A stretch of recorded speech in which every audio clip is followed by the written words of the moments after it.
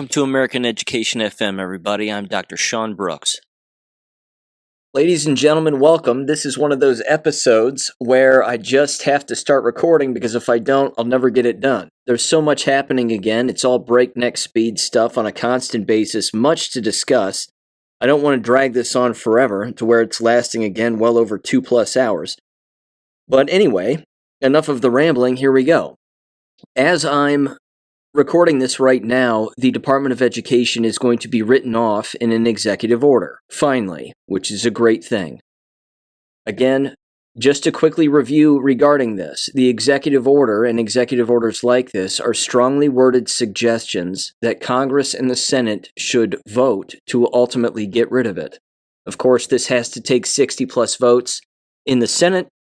And again, as even Linda McMahon has said, there are going to be proposals that are put forward that she believes, anyway, that certain senators are going to want to get on board with regarding abolishing the Department of Education by making it, again, look as if it can be handled by other departments. Again, I have no reason to disagree with this, but the real reason that the Department of Education, as you've heard me say numerous times, and I've written Substacks about it before, is it has nothing to do really with grade achievement or academic achievement or grade level or test scores or anything related to any of that. That's not it. That's the low-hanging fruit explanation that a Fox News channel would usually bring up for someone, again, or even rather CNN or anybody else. That's not the real reason. The Federal Department of Education has always been engaging in not just child trafficking, which is very difficult for people to comprehend or understand, but it is basically a backdoor to the state level, where the Department of Education, rather at the federal level, opens up their backdoor to allow international NGOs in.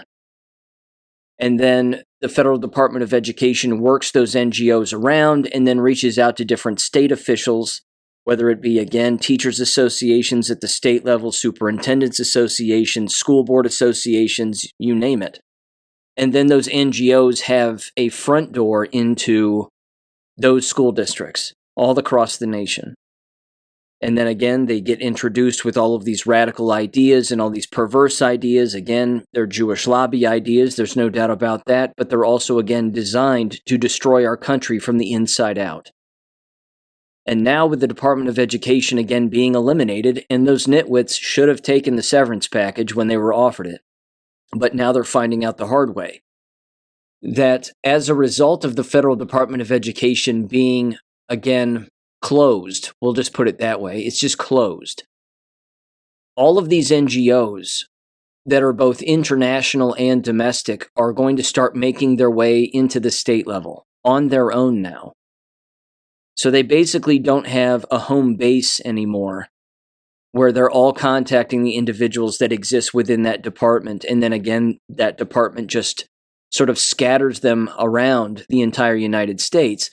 Now they're going to go out on their own, and they're going to look for inroads within actual state legislation, state politicians, specified school districts, and of course all of the associations that are associated with education fields within those states.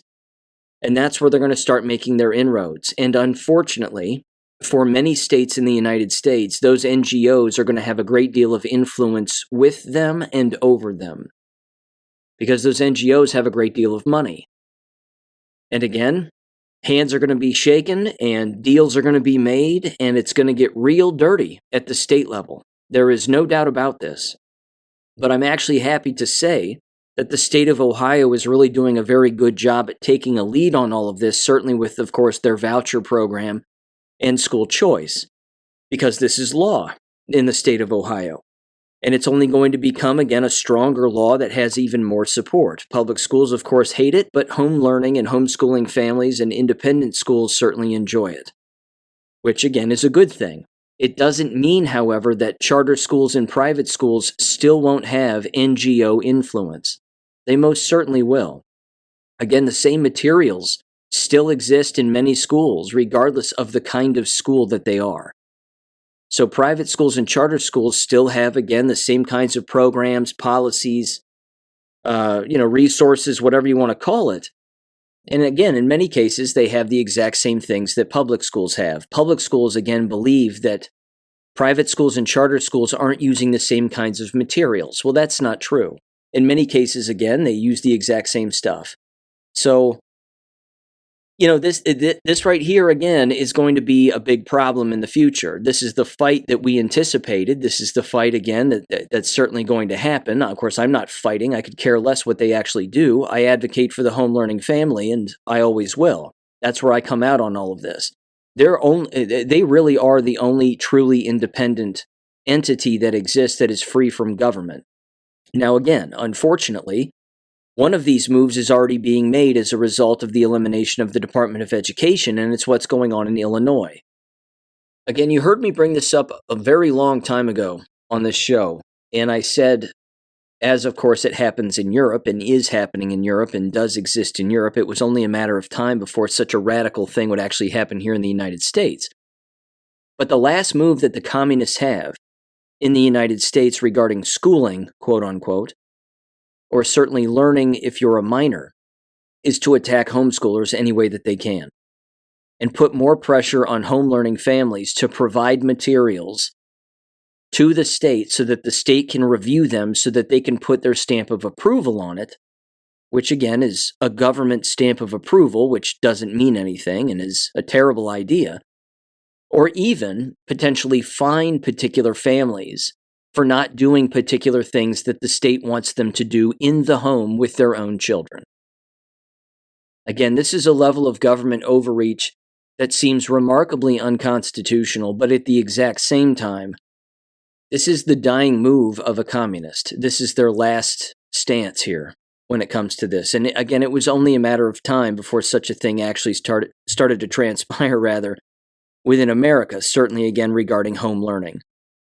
Because ultimately, again, what would such a penalty for not complying with government regarding home learning ultimately look like? What would it ultimately look like is you would have CPS involvement, knocking on doors, asking parents and children what it is that they're doing, showing CPS all of this documentation, making more work for government to again be the long arm of the law, so to speak, on top of the family, and then potentially actually make the family, by law, reinstitute or reinstate their own children and re-enroll them in a public school as punishment.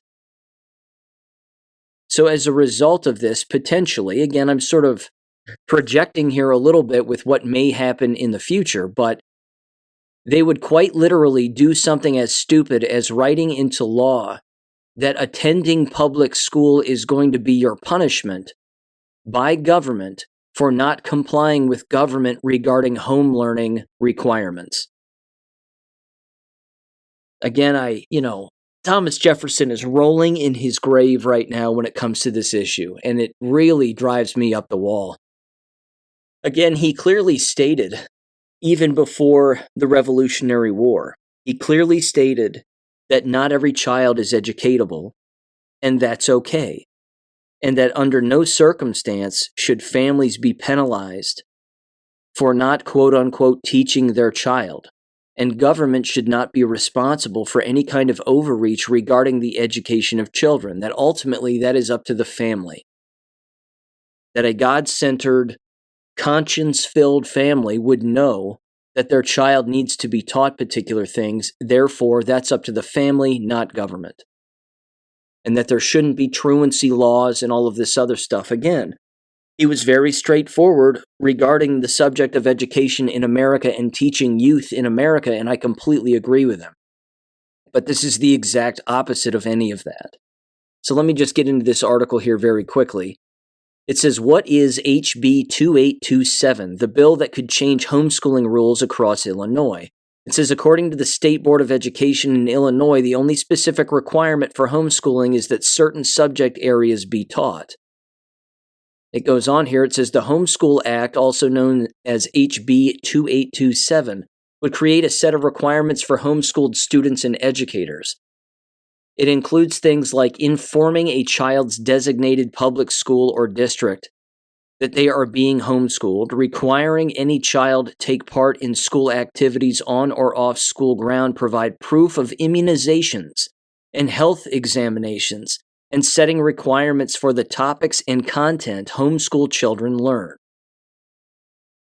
This is not for government. This is not their call to make.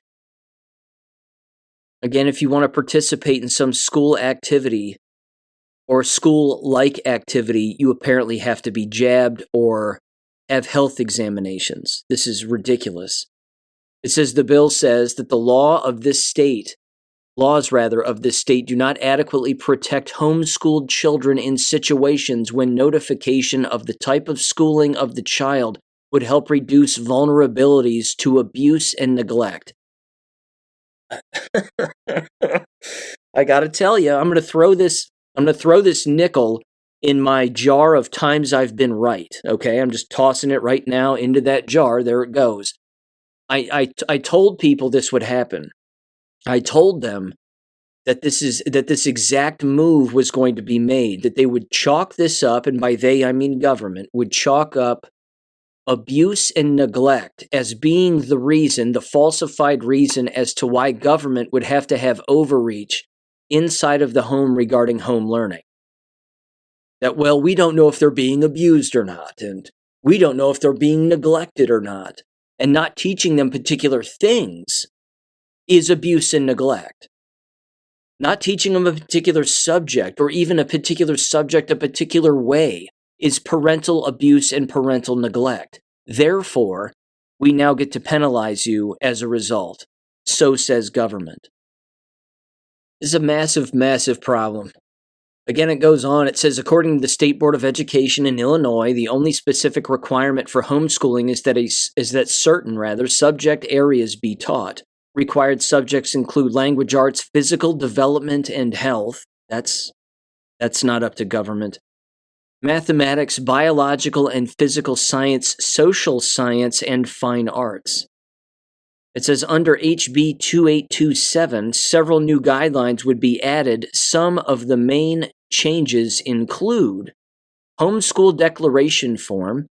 This requires all homeschool administrators to submit information of the child being enrolled in a homeschool program to the principal of the public school or district that they would have otherwise attended. The form would include information about the child as well as assurances that the homeschooling administrator, I love how they're calling him homeschool administrator. They're the effing parent. But based on government, you're not a parent. Remember, government's parent. Now you're the administrator. It's, again, their word choice and word usage here is so insulting. They just don't care. Again, as well as assurances that the homeschooling administrator has received at least a high school diploma. The requirement would start August 1st, 2026, if the bill is passed, with the form becoming available by July 1st of 2026. The requirement to fill out such a form would repeat annually. And then it says health guidelines.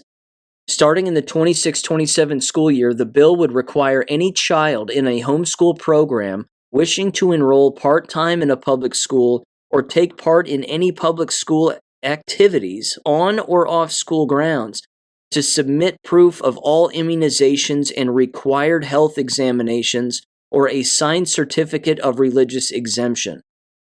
Well, first of all, and I don't mean any offense, but any parent who is home teaching their child or a child who is home learning on their own at home, why in God's green earth would they want any affiliation with the local public school regarding anything? Even if it was playing an instrument or kicking a ball. Again, they're usually so far removed from one another that all this is doing, again, the devil's overplaying his hand on this one, all this is doing is driving more people away from the public school system in Illinois. That's what I think anyway. Because again, they're saying, well, you can learn at home. You have to fill out this form and give it to your local public school district that exists in the area where you live just because. But if you want to participate, in government things, then you need to fill out all these government forms, and you need to jab your kid to the bone, and you need to do this and do that, and then you can come and play the trombone in the band or kick the ball for the team. Who would want to do that? Again, it's a perfect example of deterrence.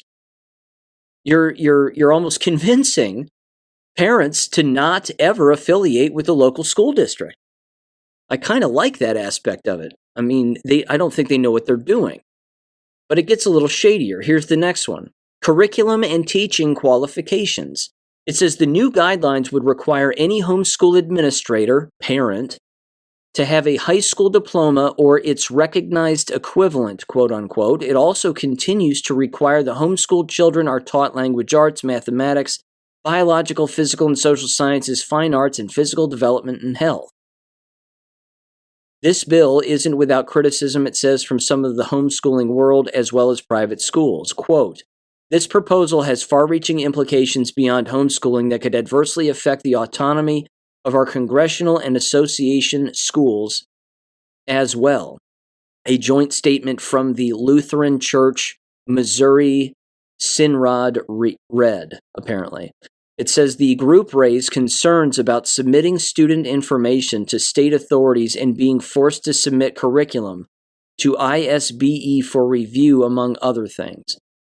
It wraps up here. It says, quote, while these concerns are certainly sufficient to cause concern, concerns are causing concern, what troubles us the most is the presupposition behind this bill that disregards the fundamental Fourth Commandment principle that schools and even the state itself are extensions of office and vocation of parent, the statement read.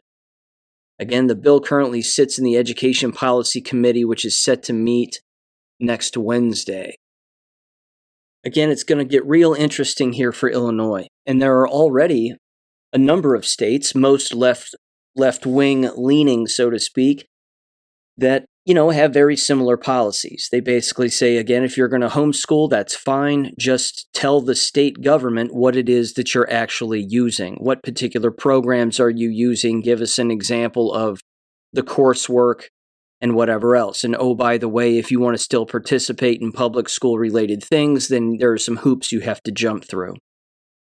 Again, I just don't understand at this point why anybody would willfully sign up for government overreach, let alone write more government overreach into law. Because again, it's the hidden element that is the most suspicious. That's the one, of course, that they're not going to discuss, is the actual enforcement aspect of all of this. What are the penalties for not complying?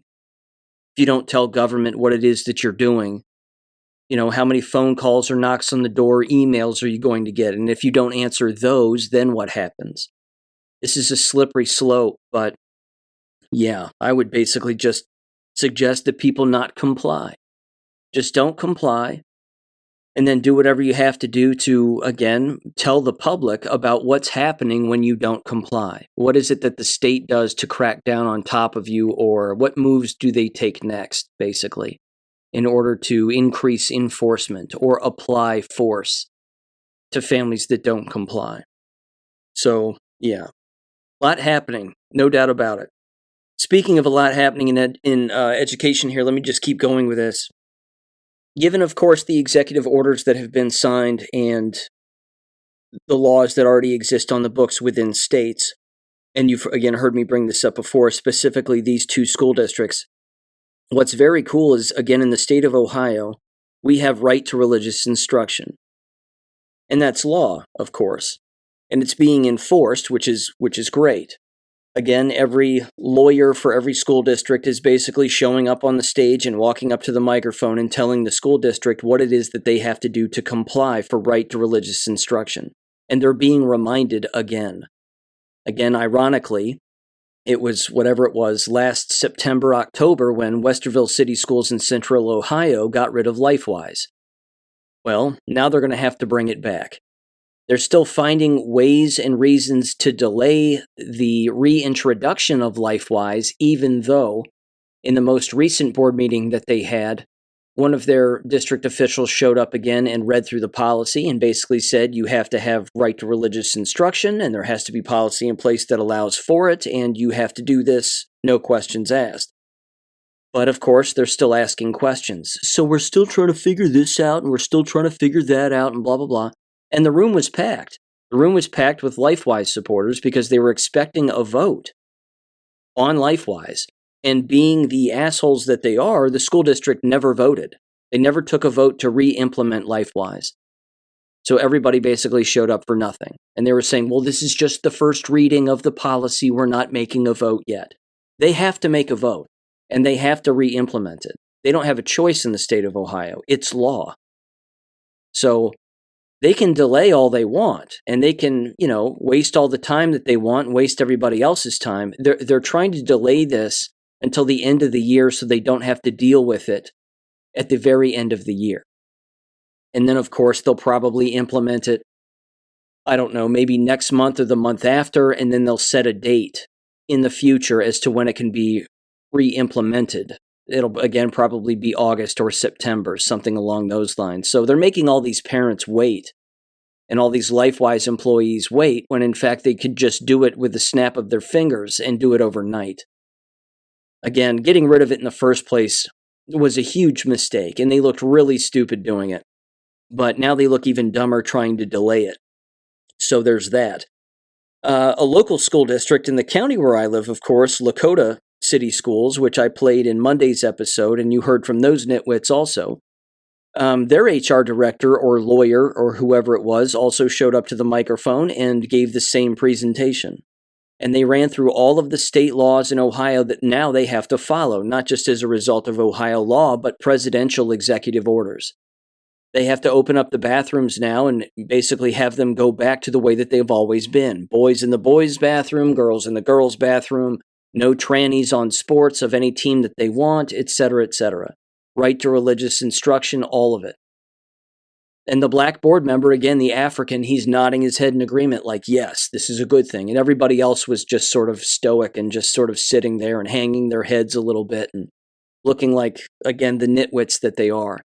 It's absolutely amazing. I love watching conservative overreach on these lunatics. It's fantastic. It's absolutely fantastic because they hate it. They hate being told what to do if it's something that, of course, they disagree with, but they love being told what to do by government if it's equally as perverse as their belief system. Then again, they're strange and they're odd, so it's kind of par for the course, I guess. With that said, also in the state of Ohio, they're looking to put forth legislation or actually sign this into law if it isn't already legislation, which I think it might be. And it has to do with getting rid of cell phones again in public schools, that they are officially banned across the board. Again, isn't this hilarious? The very policy that they adopted is now being written into law that they have to now get rid of it.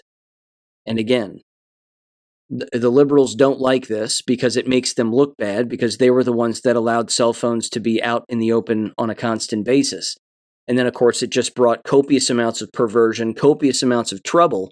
And now the state is saying, look what you've done. This was a horrible idea. So now we're going to get involved. Again, I've been back and forth on all the different ups and downs and side issues regarding cell phones in the classroom and cell phones in schools. I'm not going to revisit it again. You know my stance on the whole thing. I understand it's a security measure. I understand that it's a brainwashing measure, but I also know that it infringes on a student's ability in school to look up an answer and to look up something that is factually accurate and might contradict what it is that a school teacher is actually saying. Not to mention, they don't want students recording illegality, and they certainly don't want them recording their school teachers and school employees and then taking that video to the internet and then making the school district famous for all the wrong reasons. This is the other reason that they're getting rid of cell phones.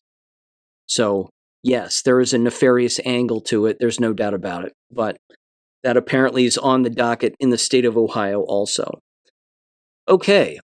Again, speaking of schools being crazy towns and crazy places and a complete circus filled with clowns, this was from earlier this week. This was Deerfield, Illinois, also Illinois, shocking. The school district there has apparently decided to continue to have boys in girls' locker rooms, and the ones that are pretending get to use whatever bathroom they want. You had parents show up again complaining about all of this, saying that their children don't feel safe, and yet they keep sending their children, God only knows why, because they can read and write, so why are you sending them to such a whack job place? And at the exact same time, you had trannies and LGBT alphabet soup weirdos. And again, the way that they're dressed, I'm so sorry that these people apparently never had parents, but it really is disgusting. And then, of course, they're congratulating the school board on keeping everything in place and standing up for the rights of the lunatics and everything else. I'm going to spare you the audio because it's about 3 or 4 or even 5 testimonies from these parents, but they're just nuts. Again, it goes without saying at this point, if you're wasting your time in a school board, showing up to the microphone and screaming into it for government and the school board to do the right thing, you're yelling in the wrong place. They're not going to do it. They just won't. Again, if they're not following federal law, well, they should. And again, unfortunately, the executive order that Trump signed, of course, was to encourage Congress to do the right thing and pass a bill here regarding, again, the whack jobs playing in other girls' sports and using bathrooms that, they don't belong in, along with locker rooms and endless other things, and it ended up, of course, not passing.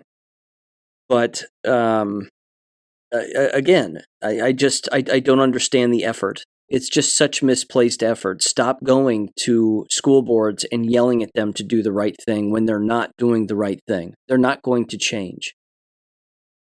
Again, you heard it on Monday's episode. Lakota City schools in the county where I live, they haven't figured it out. They've been told, again, you have to do this or else you're going to lose federal funds. And they're complying because they have to. But again, hard left-wing counties and hard left-wing states like Illinois, nope, they're digging in like ticks because it's the only thing they know how to do. And they actually believe that they're protecting people, but they're not. They're enabling the brainwashing. They're enabling the final result of the alphabet soup agenda, which you've heard me say and I've written about on Substack, it's death. It's premature death. That's what they're advocating for. Because, hell, they advocate for abortion all the time, too. So, yeah, that's premature death also, is it not? But this right here is just what they advocate for. So they're not going to quit. This is just, this is the hill they're going to die on, and so be it. Just stop participating. Stop being in the same room with these people. Again, they don't care about your children, and they don't care about you. So if it's going to be left for the mentally disabled, the physically handicapped, and students who can't speak English, then let them have their fun. Just vote with your feet, pick another direction, and take your money with you. And again, if you still have to pay school taxes, well, then you still have to pay school taxes, depending on the state you live in. But your lack of participation sends enough of a message, I think. Because if one day all the students wake up and they go to their brainwashing institution that they call a school, and all they do is look around, and they just see the same kind of student that's dressing up like a boy when they're not, dressing up like a girl when they're not, playing the pronoun game and going in whatever bathroom they want, if that's the only kind of student that's there, isn't that what they want anyway? Just give them what they want then. Let them take over the entire environment. The sane people will leave. The crazy people will stay. I'm not sure what else to say about it, but there's that. One last education story, there was this, and if you can guess that there's fraud associated with this, there most certainly is, and you would be guessing correct. This is from CPR News. And again, I'm not sure if Cicely sent me this or I found this somewhere else. My apologies, but it's been sitting on my list here for a few days. This is from March 14th, and it was titled, Payments to University Athletes Stay Secret Under Bill That Cleared Colorado's Senate. Now, why would payments to university athletes in the state of Colorado remain a secret and not be known to endless individuals? I'll clue you in a little bit here. It probably has to do with paying black students and black student athletes more so than whites. And the moment that the lid gets blown off on that fact, specifically perhaps, Colorado University, and certainly their football team, Deion Sanders, then, well, all hell's going to break loose. But this right here is the corruption, and this is how deep it goes. There's no way, there's zero way, you pay college athletes money, upwards of $1 million+ for, again, the rights to their image or whatever else, which we know that's not it. But there's no way that you move around that amount of money for one student athlete, let alone multiple universities all across the entire nation and every university across the entire nation, and not have that money misappropriated some way. Here's what it says. Student athletes can be paid by universities in Colorado under a bill that easily cleared its final vote in the state Senate on Friday, despite continued bipartisan concern about hiding individual contract amounts, it says. The bill is now on its way to Governor Jared Polis. It says a statement from his office said that he would review the legislation, then decide whether to sign it into law. The bill's supporters, including CU Boulder, argued for secrecy around name, image, and likeness, the NLI, payments to students to protect them from criticism from the public and from bad actors who may prey on them. Payments to football stars in particular could be substantial, perhaps millions of dollars. Oh yeah. Yep. No, it has less to do with safety and privacy, and it has more to do again with misappropriation or potentially civil rights violations. It says, quote, "We're trying to protect the privacy of students," said one of the bill's sponsors, Senator Judy Amabile, I'm saying that right, Democrat from Boulder, in debate on second reading of the bill on Thursday. New groups of a small handful of Democrats and Republicans opposed the provision to exempt the payment amounts from disclosure under the Colorado Open Records Act. It says the bill passed the Senate 30-4. Senator Julie Gonzalez, Denver Democrat, it says, was among those who voted no. She cited the lack of transparency. Quote, here it comes. How might members of say, this General Assembly or members of the public be able to determine whether or not there is unequal payments being offered to, say, women's basketball players versus men's basketball players? Gonzalez said during Thursday's debate. Quote, how might that play out within one team if an athlete of color were to be paid more or less as opposed to their white counterparts, unquote. That's it. That's what's going on with NIL payments. There's no doubt about it. It says for several years, student athletes have been allowed to sign third-party NIL deals with companies like Rolex, Nike, and Gatorade, totaling millions of dollars for the most high-profile sports stars. Federal court settlements, however, will soon force universities to also pay athletes directly for their NIL rights. CU Boulder's top sports bring in millions in ticket revenue and media rights deals. Again, Republicans who are against it also said, knowing what's going on athlete by athlete helps us figure out what the next round of the policy on the set of circumstances looks like. So said a Senator Paul Lundeen, Republican from Monument, Colorado. And he said, quote, I think it's got an element that's missing. We should know the dollar amounts on the student athletes, unquote. Yeah. Yep, it's fraud because it was designed to be fraud. See, they were already paying college athletes when they weren't supposed to. Universities, schools, athletic directors, actual coaches. They were already paying them in many cases. Maybe they didn't have a car, so all of a sudden they got a car. Maybe they didn't have enough money at home to be sent from home into their whatever campus bank account to pay for food or even clothing. And then all of a sudden they would get that also. And I understand there are terrible situations where that's the case. But there's also just straight up favoritism. And certain individuals, again, signing a small contract behind the scenes that says, hey, if you score this much, we'll pay you this much. Or whatever the deal that's being made behind closed doors ultimately says. But that's been happening for forever. All NIL ended up doing was legalizing all of that. just legalized it. And then, of course, it's completely perverted the entire sport. Now, as I've been over before, you have FanDuel, ESPN Bet, all these betting systems that are associated with it. And the bread and circus is just getting worse. So it's a fun one, but you better believe it's corrupt. There's no way you handle that amount of money in all of those environments and have it move its way to actual student athletes and then have them not misuse it or, again, overuse it with some students as opposed to others, or some programs get more money as opposed to others. It's just designed to be fraudulent. Again, there's really no other way around it. There's no other explanation. So, yeah, there you go. It's just perverse as usual and just getting more perverse as time goes on.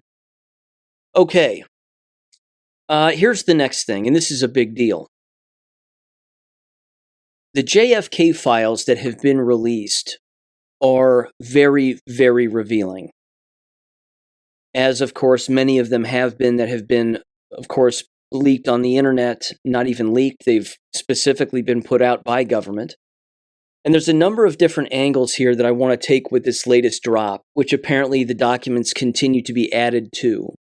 So it's, I think, far more than 80,000 pages.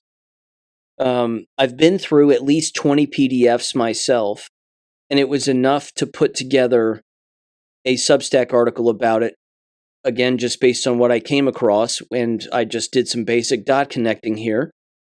And I highly recommend you check it out at theamericanclassroom.substack.com. It's titled A Glimpse at the 2025 JFK Files.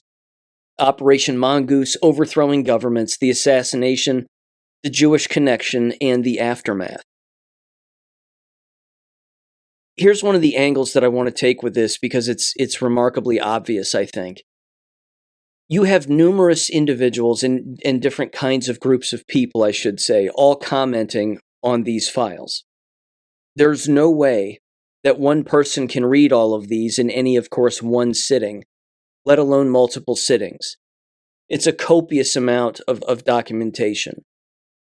Even so, with everything that we already know about who is involved, and again, different countries, of course, Israel was directly involved in the CIA and Mossad and the FBI and our government, and Cuba potentially, of course, and even Mexico and the Soviets and God knows who else. Endless individuals were involved in moving money and communicating about what they wanted to do to JFK.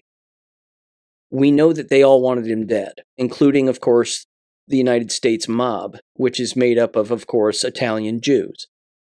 But with all of that said, what's interesting is watching all of these individuals claim to know it all and of course have all those answers, and then say something like, well, why should I read any of these files? Because I already know what the answer is. That rationalization to not read interesting history and then connect dots for people who don't have the time to go through the documentation themselves, and then produce this information that's easily digestible for other individuals, I think is beyond stupid and incredibly asinine. Endless individuals should read these documents and read what they can. Again, you can just cherry pick one PDF. You can go 100 pages in on the actual website, again, where all of these are located, and you can click on the arrow and it, of course, moves from page to page to page. And there's at least 10 plus PDFs on each page. But you can randomly pick one and just give it a read. Again, pay attention to the date, pay attention to the person who's writing the memo, who are they writing it to, who do they represent, are they with a 3-letter agency or not, and then read the entire memo. Again, in one of these documents, which I put in the Substack, if you read the whole document, and it's just one page, it's a typed rendition, we'll call it, of a handwritten letter by a Soviet who was told what was going to happen with Kennedy, that he was going to be killed, and that they were going to then kill Lee Harvey Oswald, who was being handled by the CIA after Kennedy was killed. It doesn't say anything about Oswald killing Kennedy because he didn't. Oswald probably knew that Kennedy was going to be killed or that people wanted Kennedy killed, but Oswald didn't pull a trigger. And if he did pull a trigger, there wasn't a bullet that he shot that hit anybody. So that's not revealed in any of this documentation that Oswald actually killed anybody. He didn't. There were multiple shooters. He was hit twice in the head, once in the throat. But in that same document, if a person keeps reading it, and I highlight basically with a red box the actual section where it says it, where this individual again was told that they're also going to kill Martin Luther King, and they're going to blame it on another guy who's already in prison. And that person's name is James Earl Ray. So in one of these documents, again, according to this individual, if it's to be believed, which it fits endless publications that are already out there describing the truth about the assassination of Michael King, his real name, that ultimately all of that, again, was set up by the CIA, and it was set up by the FBI, and of course, potentially Mossad as well, if not Lyndon Johnson himself. Point being is that in one of these documents, it clearly lays that out, that this is what this individual was told before it happened. So yeah, James Earl Ray didn't kill MLK. Didn't happen. It's in the documentation, again, if it can be believed. But it matches up and it corroborates with other evidence that is out there and exists. So again, I connect a lot of these different dots. The whole stuff about Operation Mongoose I find to be remarkably incredible, which had to do with attempting to overthrow Fidel Castro in Cuba, and what the CIA and the lengths to which the CIA was going to go to in order to do that. And the lengths that they were going to go to are exactly what they do in our country to this day.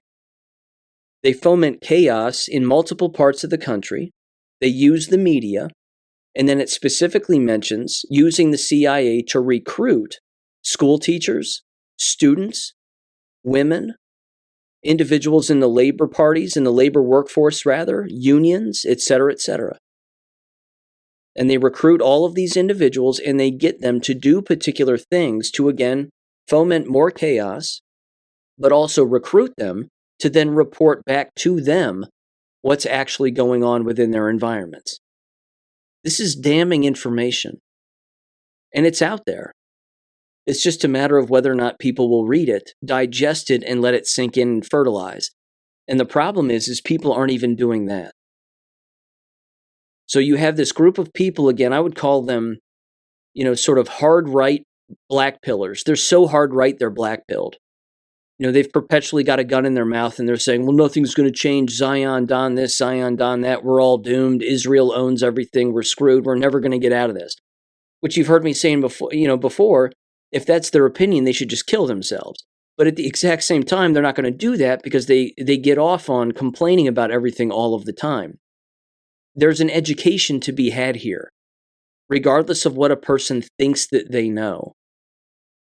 Again, the fact that the documentation is continuously being released and that you have black pillars not reading it, but then you also have this fraction of individuals, independent journalists, quote unquote, reading some of the documentation, and then they're only honing in on certain elements, like, quote unquote, the CIA killed JFK.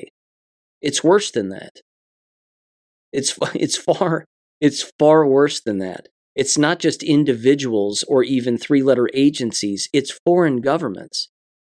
And that foreign government infiltration into our government has always been going on, but still goes on to a great extent to this day. And you can see that, of course, with Congress and the way they vote and the things that they say, and we support Israel, they're our greatest ally, so on and so on. Your greatest ally was responsible for, in part, for killing at least one of our presidents. Hell, they theoretically shot almost all of them, the ones that were assassinated anyway. But either way, this information is out there, and to ignore it and just chalk it up to whatever a black pillar says, or again, what someone on the left would completely ignore it, and anybody in the middle who, again, is either going through the information or not going through the information is, I think, a huge mistake. My point is that people would do well to read some of these documents, certainly, again, even at random, and then let it digest, because it really is incredible. The Operation Mongoose documentation alone is fascinating to me. How they overthrow governments, the playbook that they use to overthrow governments, it really is astounding. And then, of course, the very obvious, to us anyway, the rather obvious Jewish connection in all of it. They were using the Israeli intelligence service and a specific individual by the name of James Angleton as sort of being the go-between between Mossad and the CIA. And that this was one of the guys, again, who was receiving information from both parties and then deciding what each party got to see or didn't get to see. Again, there's endless direct quotes, too, openly saying, again, that the individuals who had the money and were moving the money around were Jewish, and that these were the individuals who were backing all of this. This is in the documentation. So again, anybody not bringing that up, those individuals are showing their hand also, and they're exposing themselves as well. Of course, Mossad was behind this because the Prime Minister of Israel at the time, David Ben-Gurion, he himself and Kennedy had numerous disagreements about weapons inspections and potential nuclear weapons, if those are to be believed, within Israel. And Kennedy wanted him to, again, allow inspectors to go in. Ben-Gurion didn't. And he ended up resigning as a result. And then there were a lot of people that were pissed that he resigned and felt pressure from Kennedy to resign. And then they said, we're going to off Kennedy because he just got rid of one of our guys that we like. So let's get rid of him, and then we'll keep our Jewish supremacy in the United States and our influence over Congress. That, too, was openly admitted by numerous individuals as well. And it's in this documentation. So, yeah. The Jewish question gets brought up in this documentation big time. There's no doubt about that. There's also this document, which I found rather interesting. This was titled, and it was dated actually first, May 15th of 1953. Again, it doesn't necessarily have anything to do with Kennedy, but it's still one hell of a history lesson. And it was titled, Report on the Cold War Use of Radio Broadcasting by CIA. And what this had to do with is the CIA infiltrating numerous countries, specifically European countries and Middle Eastern countries, with pro-America propaganda in order, again, to sneak this kind of information and this kind of messaging into these communist countries in order to sort of wake up some of the people to the dangers of communism, or, again, just what American values basically are according to American government. But they openly talk about using Voice of America, BBC, Canada, and again, disseminating this information out there and basically infiltrating the already existing radio waves that exist within those specified countries. But in the same document, it also openly says that this is a method that can be used for evil also. And they almost openly admit that. They say this could very easily be a clandestine operation that could be used, again, to counter a particular message, depending on who's using it and who's behind it. So again, back in the 50s, they're basically writing a giant playbook as to how to continue to use radio and certain media outlets in order to, again, brainwash individuals. It's frightening stuff. But again, these are the history lessons and sort of the hidden gems that exist in this documentation that people shouldn't blow off. In fact, I want you to hear Ben Shapiro's rationalization for all of this. It's rather predictable. Again, he's a communist spy. I think everybody knows that, certainly for Israel. But give him a listen here because, again, his rationalization is completely stupid. If it were a Jewish president, or if it were, again, somebody who aligned themselves with Israel a little more staunchly, who was, again, assassinated, he would care.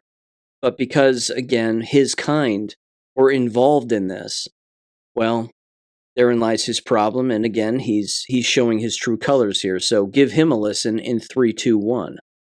Sort of conspiracy theorizing that's become incredibly popular on the right these days. It was popular on the left, and now it's become increasingly popular on the right. You kind of, let's just ask questions. We'll ask, who really killed JFK? Wink, wink, nod, nod. And then you're like, well, do you have any evidence of the thing that you are Well, no, I'm not making any accusations. I just know I don't believe the story that I'm being told. I know not to trust the authorities. Like, well, that's fine, but do you have like any evidence? Like evidence, not just supposition. I said, well, you're part of it, aren't you? You're part of it. The reason that you're so defensive about all this is, I don't care who killed JFK. I mean, I do because it's really interesting, but I noticed that the calendar says 2025 and he was killed in 1963. And so my opinion about who killed JFK has about as much relevance as who killed William McKinley, or James Garfield, which is to say not an enormous amount. Again, his capacity for rationalization is next level. It's a superpower, but he makes himself look and sound like a complete fool.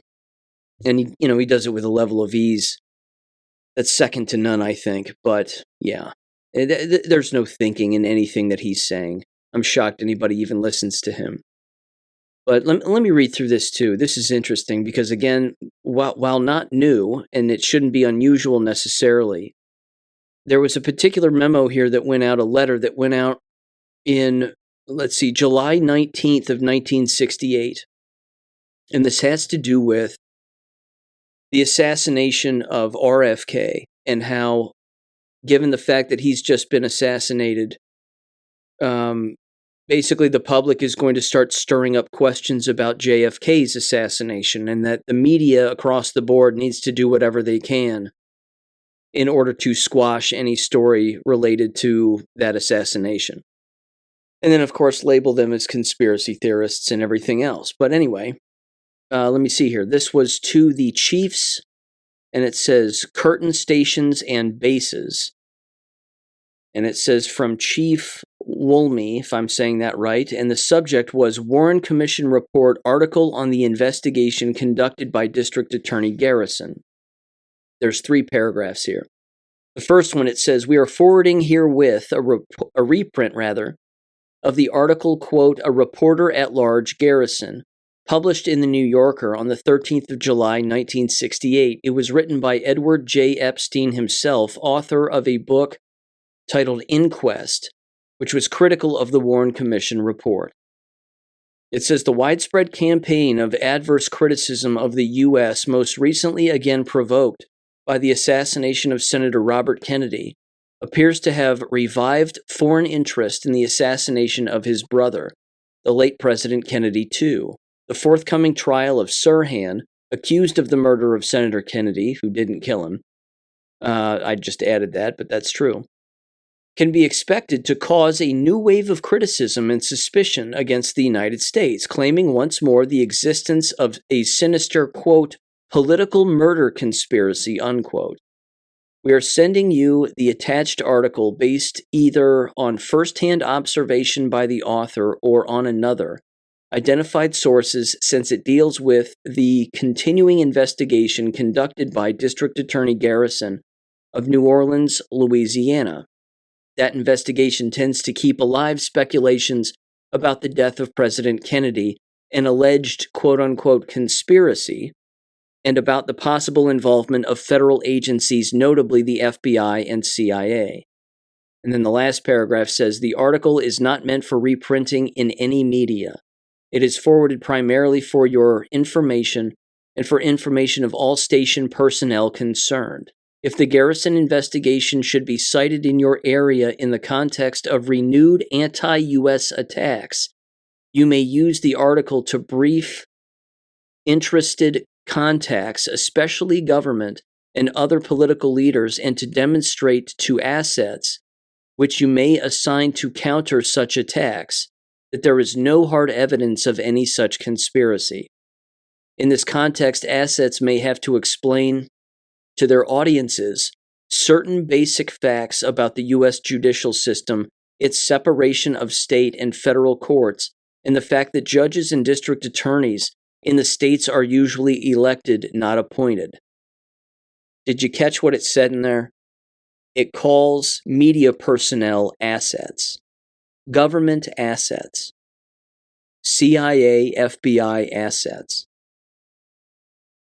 Interesting word. Wouldn't they just be employees? You should tell your employees that they need to tell their audiences this. But even that alone is suspicious enough and damning enough because it's openly saying that the CIA controls the media, that the CIA helps hire particular individuals, certainly the ones that run the media. Therefore, those individuals running those offices are telling the low-level employees what to have their news readers read.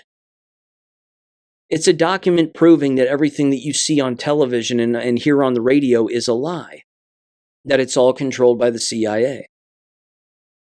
It goes on here. It says, consequently, DA Garrison can continue in office as long as his constituents re-elect him. Even if your assets have to discuss this in order to refute or at least weaken anti-U.S. propaganda of sufficiently serious impact, any personal attacks upon Garrison or any other public personality in the U.S. must be strictly avoided, unquote. So what they were doing, again, is they were telling people, don't mention their names. Don't bring them up, because if you mention their names and you bring them up, then what's going to happen? Everybody's going to end up talking about them. People are going to want to ask more questions. It's going to keep the story circulating as to what really transpired, who was involved, and everything else. So the easiest thing for them to do is just not bring it up at all or redirect the audience into thinking about something else. It's mind control.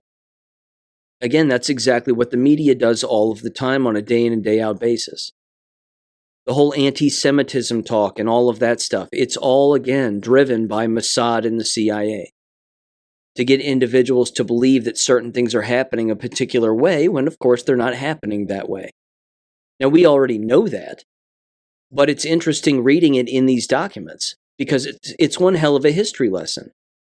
And again, if you were a high school history teacher and you wanted to show your students something that's factually accurate, this right here would be a prime example. You'd probably lose your job, but it's interesting nonetheless. So there's more in the JFK files, just in a quick summary here. There's more in it than what anybody can possibly imagine. It's very, very important.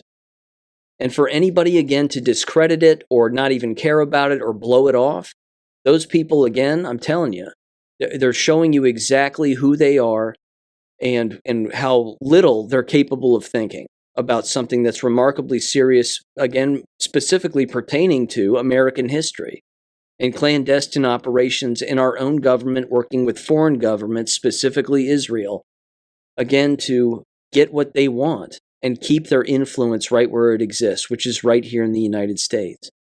It's disgusting. But this documentation is damning as hell. So, again, it completely discredits endless individuals who have written books about Kennedy, like Bill O'Reilly and, I don't know, anybody else. Glenn Beck's openly talked about it.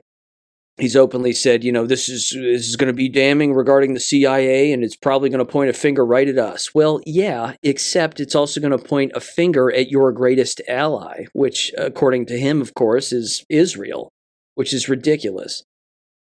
Again, in moments like this, I can't help but think of Chris Plant, also a radio host out of Washington. He also, again, he would openly say, Oswald killed Kennedy, and anybody who believes otherwise is a complete fool. Well, again, there's no proof that Oswald pulled a trigger in any of these documents. There's just none. They don't say, here's where he was standing, here's what he did, and here's when he did it. There's absolutely no proof of that. So again, Chris Plant isn't going to want to read any of this documentation, let alone any of these articles, because it's going to blow up his entire belief system. And then everything he's said in the past regarding all of this instantly gets discredited. It's amazing to me. Again, people's capacity to not want to unlearn what they believe is amazing. So again, I highly recommend the Substack that I threw together. It's kind of a quick, top to bottom, just quick examination of some of the documentation. I also include a couple of YouTube videos that included a interview that were specifically an interview with James Files. James Files was a hitman for the Italian mob. And of course, while in jail for the murder of 2 police officers in the early 2000s, he gave a couple of back-to-back interviews where he does not skip a beat. I mean, every single thing that he says regarding this, and he says it smoothly, like it happened yesterday. Who was involved, where he was standing, the gun he used. He was the one who took the headshot that's seen on the Zapruder film. He openly says it. There's no reason to necessarily not believe him. But again, in going through some of the documents of these most recent released JFK files, I mean, I haven't found his name at all. And I wish there was a larger database where, of course, you could specifically just look for his name and see if his name was involved in any of this documentation. But again, there were a lot of people there with a lot of guns looking to take a lot of shots.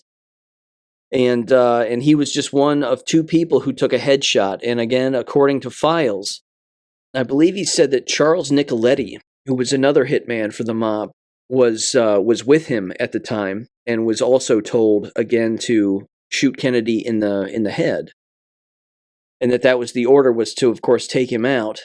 And then they ended up shooting almost simultaneously.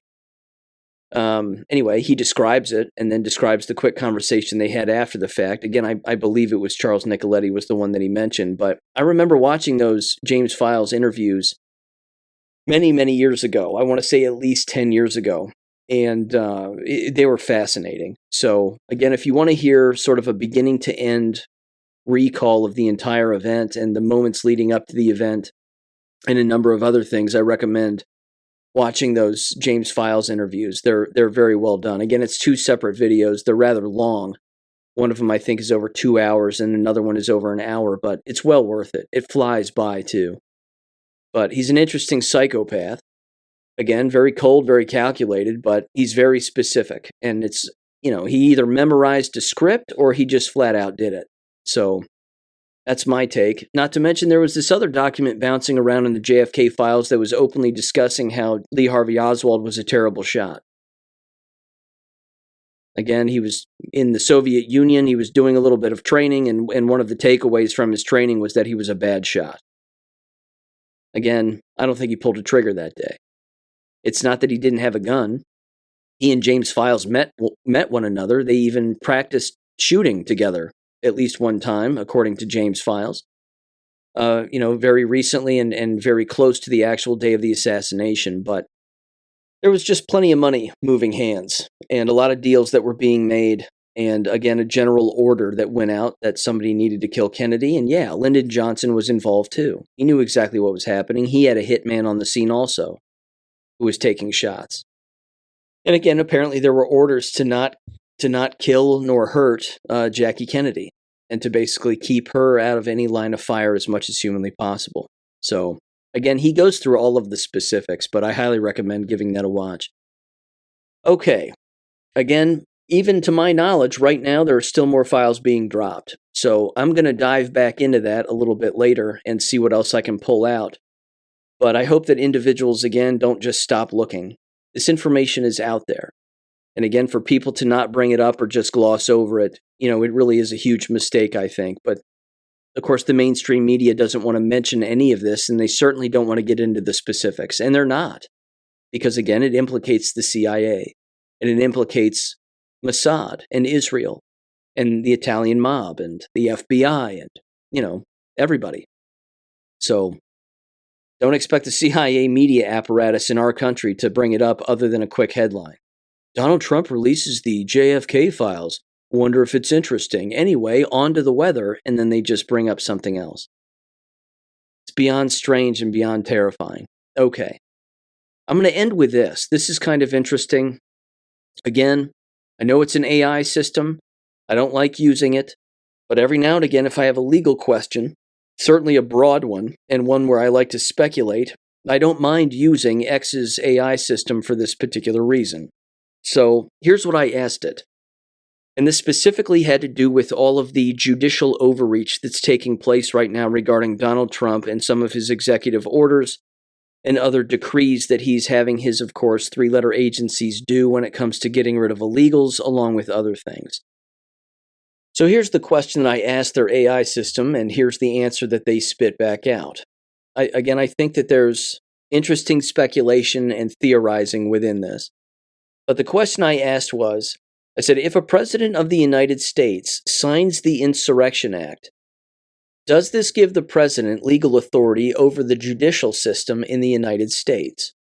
And here was their response.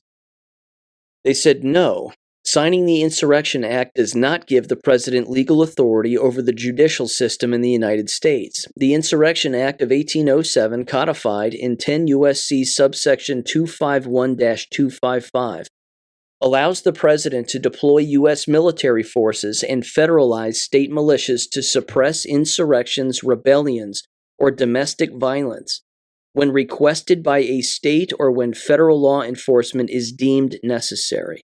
However, it does not grant the president control over the judicial branch, which remains an independent entity under the U.S. Constitution. Again, it goes on. The explanation is rather long here. In fact, they provide certain scenarios, which is kind of interesting. And there's one of them which I'm going to hone in on very specifically. It says the U.S. government operates under a separation of powers framework within the executive, legislative, and judicial branches functioning independently. The judicial system, headed by the Supreme Court and federal courts, retains its authority to interpret law, adjudicate disputes, and review the constitutionality of executive actions, including those taken under the Insurrection Act. While the Act gives the president significant emergency powers to address unrest, it does not override the judiciary's role or allow the president to dictate judicial outcomes. It says historically the Insurrection Act has been invoked in situations like in 1992 Los Angeles riots or to enforce desegregation. Example in 1957 in Little Rock, Arkansas. But there's no precedent suggesting it subverts judicial independence. Any attempt by a president to interfere with the judiciary would likely face legal challenges and scrutiny under constitutional checks and balances. Now, it goes on here, and I asked it one more question because I wanted to hone in on one particular thing. So the question I asked was this: is there any scenario where the President of the United States or the military can have power or control over the other branches of government?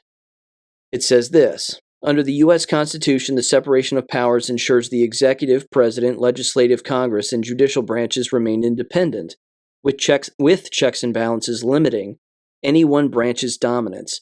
However, there are extreme or theoretical scenarios where the president or the military could exert influence or control over the other branches. Though these would generally be unconstitutional, temporary, or reliant on extraordinary circumstances, here's a breakdown.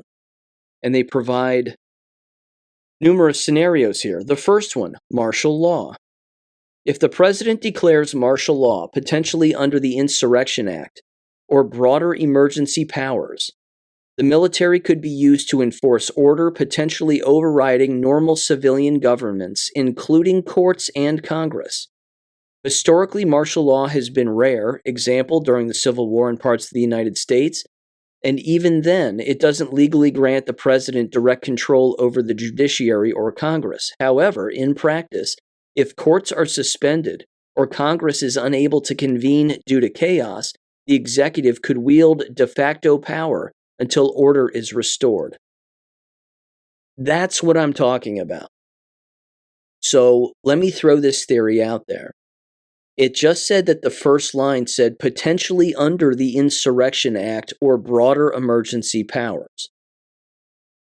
Donald Trump has already declared a national emergency regarding the whole COVID lie, which meant he was a wartime president, and you heard him say that, and he called himself a wartime president. And the media never asked a follow-up question. What do you mean by that, Mr. President? Again, that's very suspicious. But he brought that up. He, of course, in my opinion, signed the Insurrection Act on January 6th of 2021. He told everybody to go home, which by law, that's what you have to do with the Insurrection Act. Which in signing that, why would you not hand over power to the military, thereby being under martial law?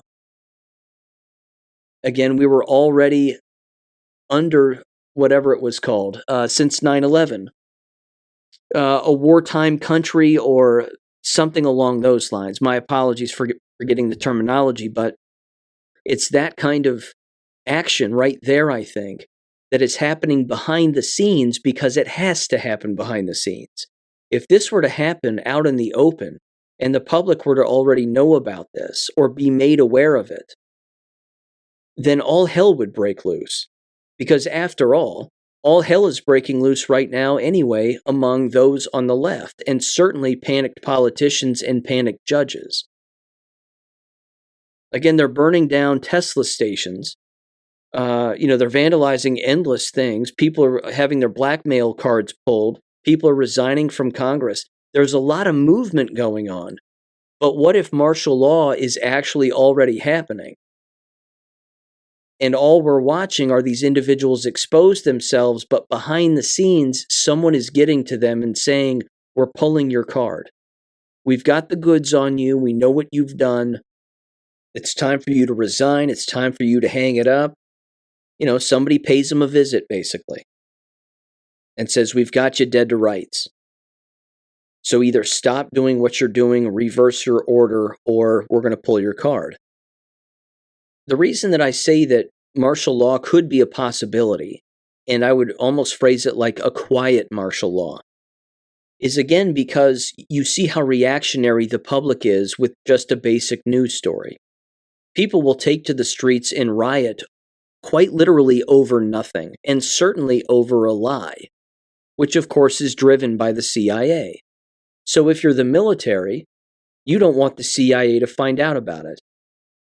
Now, they might already know, but either way, you want them to not know, which means you don't want the media apparatus in this country to know, and you certainly don't want anybody screaming at the top of their lungs the phrase martial law, because if they did, that's when all hell would really break loose.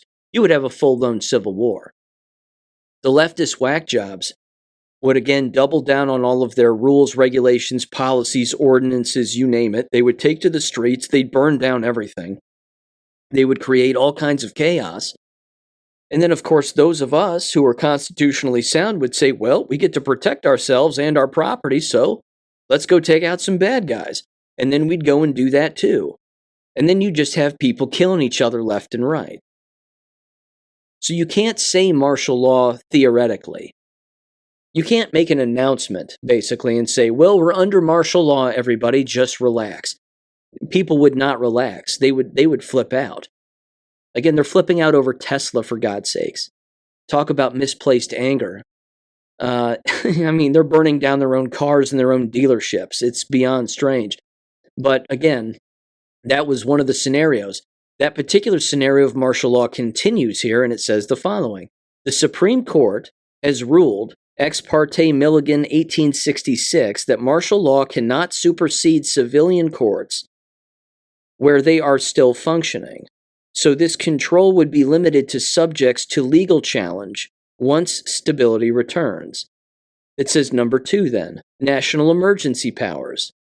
See, that right there I think is it from 9/11. I think that's the terminology, that we've been under a national emergency since 9/11, and Congress keeps re-upping this. It says under law, like the National Emergencies Act of 1976, the president can access a range of powers, for example, redirecting funds, as seen in Trump's 2019 border wall declaration. It says, while this doesn't directly control other branches, it could circumvent Congress's budgetary authority or prompt judicial review. I think we're seeing that. It says the judiciary retains the power to strike down such actions, example, lawsuits challenging emergency declarations, and Congress can terminate emergencies, so this isn't full control. Again, this is, it's confusing. I just feel like there's more happening behind the scenes here. We are under a national emergency still. He signed the Insurrection Act, in my opinion, so what's the one thing that might be happening that isn't being discussed? And I think, again, it's possibly martial law. Here's a third scenario. It says refusal to enforce judicial or legislative decisions. A president could theoretically ignore court rulings or congressional laws, as Andrew Jackson allegedly did in 1832 with the Supreme Court's Worcester versus Georgia decision. Quote, John Marshall has made his decision. Now let him enforce it, unquote. This isn't legal authority, but a practical overreach relying on the executive's control of enforcement mechanisms for example, the military, federal agencies, etc. And it says Congress and the judiciary could resist through impeachment, funding cuts, or public pressure, but success depends on political will and institutional loyalty. And then it provides this. And again, I think that's important too. Let me revisit that very quickly. I think that's important too because Trump has the backing of the majority of the American people. And he's doing our will, by and large. He's doing what we want him to do. He's cutting costs. He's highlighting fraud. He's releasing documents. He's doing all of this, which is putting copious amounts of pressure on judges, lawyers, law firms, and certainly Congress as a whole. Because if they don't do what Trump wants, well, somebody's getting primaried, and somebody might have to resign. So again, a lot of moving parts here. Here was the last one. It says scenarios involving the military. The first one is a coup or military overreach. It says in an extra-legal scenario, the military could seize control of the government, sidelining all branches, a coup d'etat. This has never happened in the United States due to strong civilian control over the military enshrined in the Constitution and reinforced by traditions like the Uniform Code of Military Justice. It says the Posse Comitatus Act of 1878 further limits military involvement in domestic law enforcement, making this scenario unlikely without a breakdown of constitutional norms. It says number 2, military support of presidential overreach. If a president orders the military to act against Congress or the judiciary, for example, arresting members or shutting down courts, and the military complies, this could grant temporary control. However, this would be illegal. The military leaders are sworn to uphold the Constitution, not the president's personal directives. Disobedience or legal challenges would likely follow, for example, as contemplated during Nixon's 1974 Watergate crisis, when military leaders reportedly prepared to refuse unlawful orders. Again, there's a lot there, specifically regarding a coup and military overreach. Specifically, again, pertaining to a coup d'etat, well, isn't that what we saw with the stolen election? Wasn't that exactly what the 2020 election was all about? Again, I'm asking the question. I'm simply saying that there has to be more going on behind the scenes here, certainly, that can't be, again, openly told to the public because we're way past blue-haired crazies with nose piercings shaving their heads while burning down Tesla dealerships. And setting themselves on fire, I might add. Remember when that was happening? I mean, that right there should tell people that if you told people that there was a coup d'etat that took place, and those words come from government on mainstream outlets in some presidential address to the entire nation, or telling the entire nation that we're under martial law, the moment that happened, all hell would break loose. Which is why, again, I think that this is happening just very quietly behind the scenes, because it has to be that way. It wraps up here, it says constitutional limits and reality. Well, according to an AI system. It says checks and balances, practical constraints, and then edge case. I'll read the edge case here. It says, in a total collapse of government, apocalyptic disaster, the president and military might assume broader control by necessity, but this would be a practical outcome, not a legal one, and would dissolve once order is restored. They wrapped up and said, in short, no legal scenario grants the president or military formal power over other branches. Any control would stem from unconstitutional acts, emergencies pushing beyond normal limits, or outright rebellion, none of which aligned with the Constitution's framework, unquote. The added piece, I think, is this. When a judge comes forth and says, I'm not going to do what the president said because I don't have to, or I'm going to, make this ruling a particular way that counters what the president wants, wherever that judge may exist, the moment they do that, that judge is opening themselves up to potentially be surveilled. by the government and even by the military. And then have those individuals dig into that judge's or that law firm or, whoever it is, dig into their past and dig up all the dirt that they have on these individuals. Again, their backgrounds, their bank accounts, whatever it may be. I think that that's also happening. And certainly independent journalists are doing it too. And they're making connections between what these judges have been doing regarding certain relationships that they've had, nepotistic relationships in the working environment, et cetera, et cetera. I mean, we're at war still. This is still going on. There is a civil war taking place within all of these agencies, and the judiciary actions that are taking place regarding Trump's orders are certainly a part of that. Again, as Trump signs this executive order and basically fires everybody at the Department of Education and closes the doors, albeit potentially temporarily, until Congress actually acts and does the right thing. Basically, everybody who supports the Department of Education is all saying the same thing, like Randy Weingarten and all these other whack jobs. They're all saying, we'll see you in court. We'll see you in court. That's going to back up on them.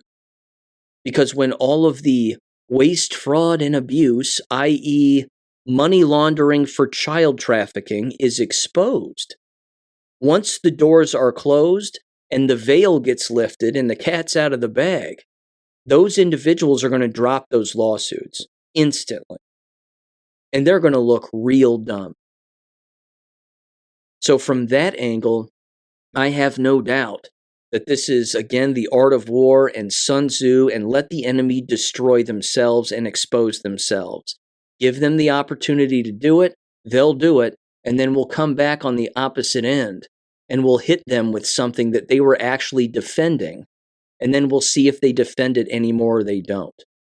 Or will they just rationalize it and say, well, we didn't know child trafficking was occurring at the Department of Education. We had no idea. We certainly don't defend child trafficking, and we didn't know. They're going to be put between a rock and a hard place, and they're not going to be able to get out. I love it. But again, make no mistake, there's still a civil war going on. Of this, I am certain. So with that said, ladies and gentlemen, again, DOE's done, at least albeit, again, temporarily. This is a good thing, and then I would expect the revelations to get far more serious here, hopefully in the coming weeks, if not days.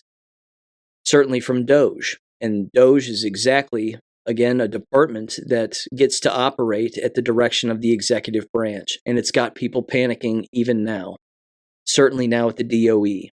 So with that said, have a great weekend, everybody. I'll link the Substack about JFK and some of those files in the description below. Have a great weekend, and I'll catch you on Monday.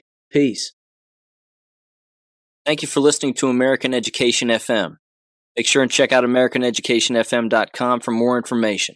Take care and God bless.